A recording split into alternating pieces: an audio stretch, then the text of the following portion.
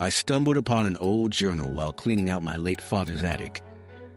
It was worn and fragile, the leather cracked and faded, and when I opened it, a musty scent wafted up like a ghost from the past. The pages were yellowed, filled with his cramped, spidery handwriting.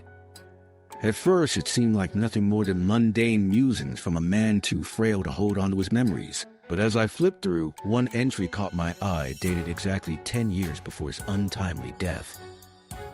He detailed his encounters with something he called the Watcher, a dark figure that supposedly lurked at the edge of our small town, always just out of sight. My heart raced as I read about the figure. Cloaked in shadows, its eyes glinting like broken glass, always watching, always waiting.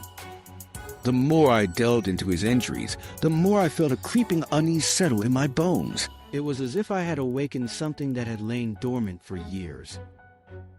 In his final entry, he wrote with a trembling hand that the Watcher had come closer, closer than ever before.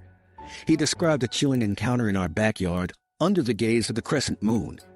There was something about the way he wrote of it that sent shivers down my spine, a primal fear that twisted deep within me. That night, driven by a mix of dread and curiosity, I found myself staring out the back window, the darkness pooling like ink outside. As I strained my eyes, the faintest silhouette appeared among the trees, a ripple of black that seemed to absorb the moonlight itself. My heart pounded against my chest.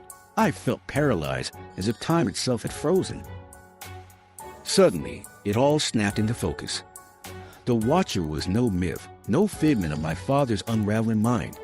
It was standing out there, watching me, just as it had watched him.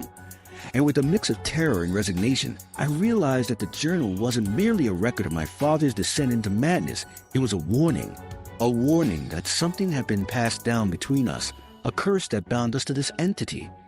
My breath hitched as I faced the truth. The Watcher was no longer content to stay hidden in the shadows. It wanted me.